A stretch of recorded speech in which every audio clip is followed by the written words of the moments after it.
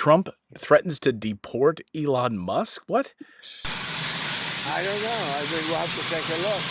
We might have to put Doge on Elon. You know what Doge is? Doge is the monster that might have to go back and eat Elon. Wouldn't that be terrible? He gets a lot of subsidies, Peter. But Elon's very upset that the EV mandate is going to be terminated. And you know what? When you look at it, not everybody wants an electric car. So that's not true. Elon Musk has been outspoken for a long time that EV mandates, we shouldn't actually have them. If you eliminated all EV incentives tomorrow, Tesla's competitive position would improve significantly.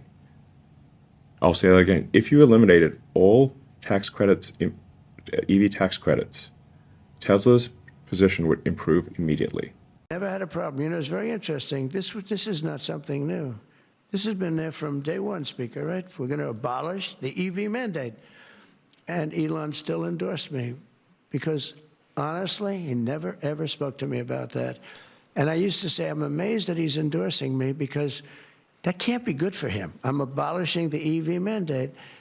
And I once asked him about it. You never talked to me about that. He said, well, as long as it's happening to everybody, I'll be able to compete. It was a very interesting answer. I thought it was a very honest answer, to be honest with you. And so this is all about the big, beautiful bill. This is all about the massive spending behemoth. And I think you're starting to see a big shift over the past 48 hours. A lot of people that supported Trump talking about how damaging this big, beautiful bill is. I mean, we're talking Medicaid for illegal immigrants inside the bill.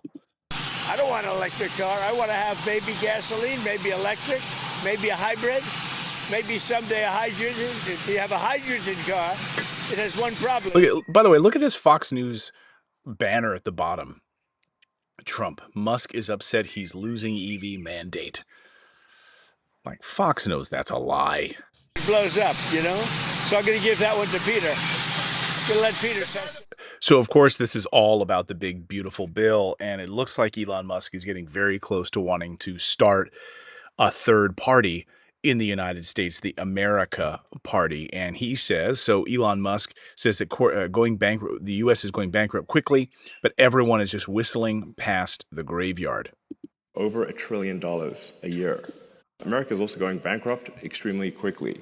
And everyone seems to be sort of whistling past the graveyard on this one. You know, the Defense Department budget is a very big budget, okay? It's $1 trillion a year, DOD, Intel, it's $1 trillion.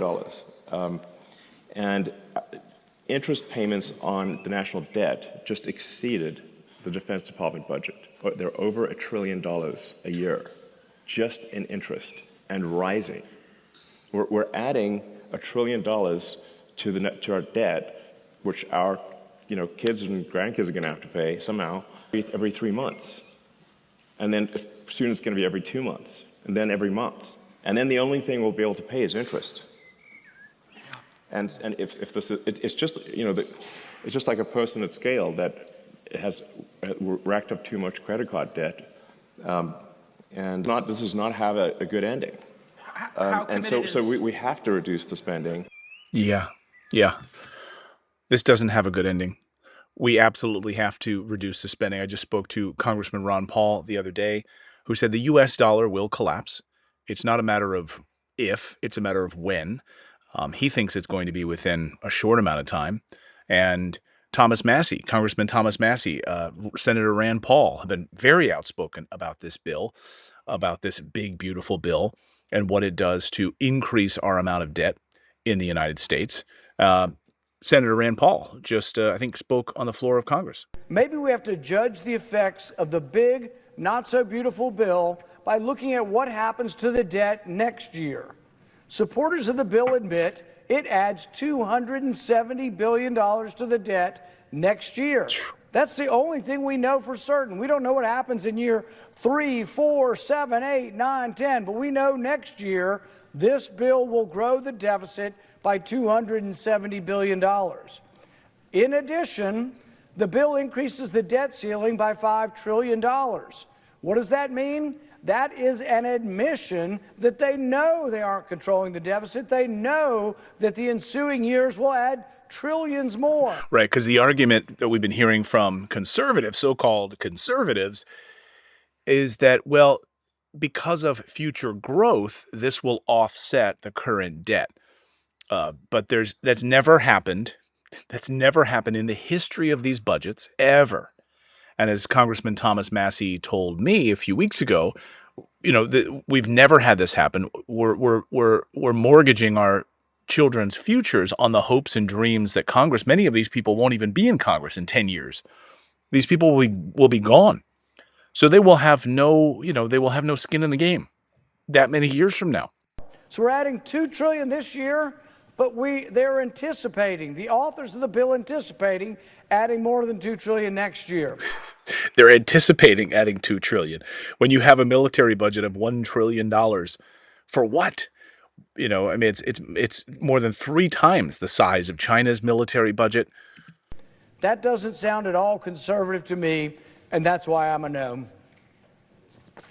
I'm a no.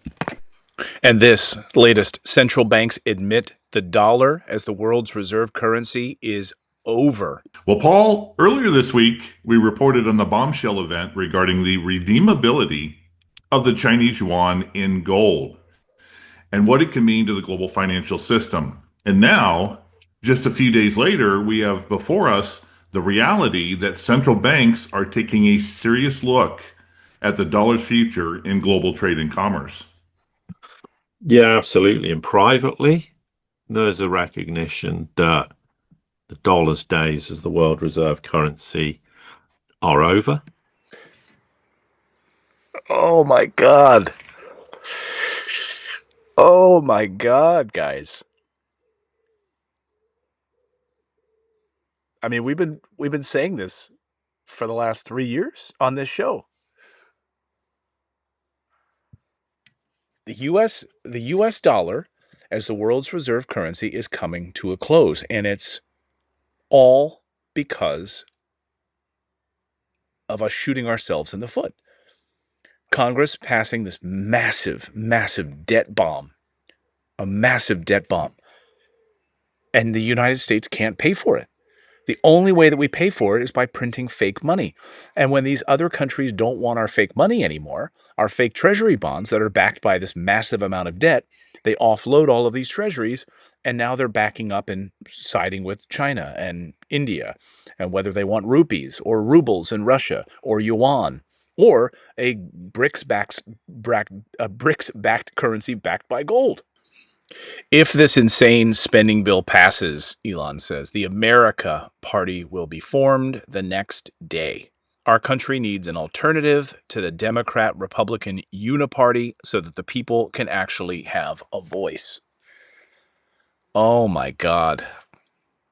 Do you know there are 80 million Americans who don't vote? 80 million. I mean, we've been saying the uniparty on our show for how many years now? So you can like some of Trump's policies. You can believe that he is a disruptor, which I do. But I hate the Republican Party. They're just as bad as the Democrats. They're just as bad as the Democrats. They are a uniparty. Again, they argue, right? They argue in the margins over things. This is like me, hands in the steeple, right? But all of these other issues, they're in lockstep on the military, on wars. They're all totally in agreement. Democrats and Republicans. They argue up here in the margins. They argue about, abortion and cultural stuff up here. But for the most part, they are a uniparty. So our country needs an alternative to the Democrat-Republican uniparty so that people can actually have a voice. I love this poll. So in 2028 election were held today, who would you vote for 2028 election? Republican, Democrat, or the American Party? 195,000 people have seen this. Let's just see. I'm going to click on American Party. Whoa, 48% to 44%. Just think about that, even of a fracturing of the electorate. See what happened with Ross Perot. Just how successful Ross Perot was as a third-party candidate. He basically kind of dropped out, obviously, with something was happening with his daughter at the time, but he was in first place. To those of you in the audience who are business people, pretty simple. If you're paying $12, $13, $14 an hour for factory workers, and you can move your factory south of the border, pay $1 an hour for labor, hire a young 25, that's assuming you've been in business for a long time, you've got a mature workforce. Pay $1 an hour for your labor, have no health care, that's the most expensive single element making a car, have no environmental controls, no pollution controls, and no retirement, and you don't care about anything but making money, there will be a giant sucking sound going south. And many people believe that George H.W. Bush lost that election because of Ross Perot, because Ross Perot was even in the race. It's very likely that maybe Trump would have maybe not done nearly as well if RFK Jr. had stayed in and kept those votes. Maybe not. But nevertheless, like a third party fracturing these parties, I mean, this is very, very troubling for Republicans. Look at this. But who would be at the top of the ticket for the America Party? I have a vote. I wonder if he'd do it. Elon Musk has now come out and said that he will support Thomas Massie financially, because obviously AIPAC, the Jewish American lobby, is going after him hard, big time. Trump has basically pushed to primary Massie in Kentucky. So will Elon Musk throw his weight behind Thomas Massie? Will Thomas Massie run for president? Plot every fiscal. It's the same plot every fiscal year. What should we be doing? It's already been discussed. We should have done 12 separate bills. We should have done 12 separate bills. But again, whether Democrats are in control or Republicans are in control, we never do the 12 separate bills. Why do we always spend at least as much as we did last year, and why do we never cut spending? It's because Democrats want to grow the welfare state, and Republicans want to grow the military-industrial complex. And we're eventually going to get together, and they're both going to go up. I guarantee it. It's the same. I guarantee it. And it's exactly what happened. Republicans want the military-industrial complex to grow. But see, Democrats pretend like they don't, but they actually do. Because many of these Democrats receive funding from a lot of the defense contractors, Boeing, Northrop Grumman. So they're all in cahoots on this. And Republicans want the military-industrial complex to grow. Democrats want the welfare state to grow. They want Medicaid for illegal immigrants. They want free abortions. They want all of that.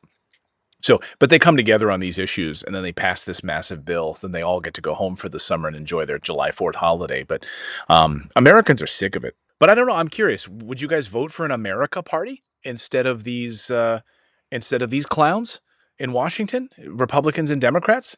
Let me know down below. And thank you guys so much for subscribing and being part of our great community here. Thank you so much. We can't stand the Uniparty. We'll see you next time.